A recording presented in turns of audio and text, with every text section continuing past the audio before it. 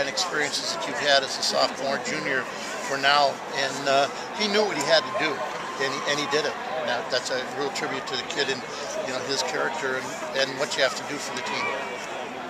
Cast of characters too. I mean, Feldner, big plays, Granlick, Ward. I mean, you've had some great teams, but this wasn't a one-man show, was it? No, it wasn't. And that's when they take away the option. We really didn't run any option in the second half. When those are gone, you have to rely on other things, and we win a lot more traps, which we haven't done hardly at all year. And like in the second quarter, Feldner had Henderson had to throw the ball out, and Feldner was getting open. He loves the big stage, as Ward does in that. But they all had their moments. They all contributed to this victory. They just know how to get it done. How big of a tackle for number 21 make for you guys? Save the touchdown. You guys get a turnover on downs. Can't remember it. End of the third quarter. Down they missed the TD pass on the next play. Made just one play. It was too far away from me. You got to remember, I'm getting old, guys. Anytime you stop them and get a turnover, it is huge. And I don't remember the exact play. Talk about their defense. Is that the best defense your offense saw this year? Well, I'll tell you, Shockton really came after us. This was a war. This was an absolute war. You figure, they took away things that we like to do. We had to throw the ball a little bit more than we wanted to, but they are very big and strong up front, and they did a lot of things very, very well. And I don't know if they're the best defense.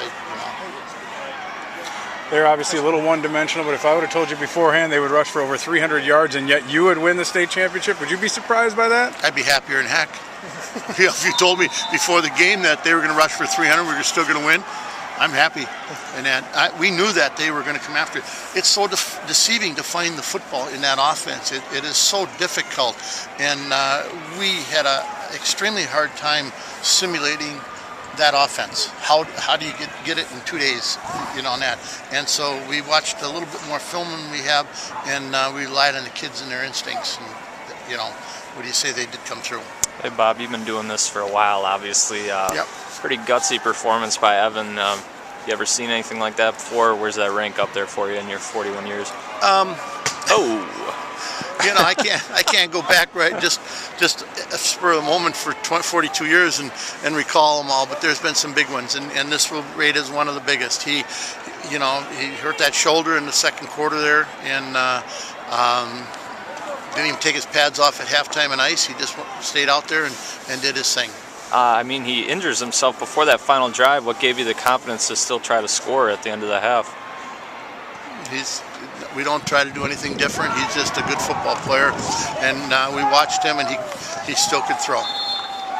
That's all that matters. Pretty good hit too out there. Austin took a great.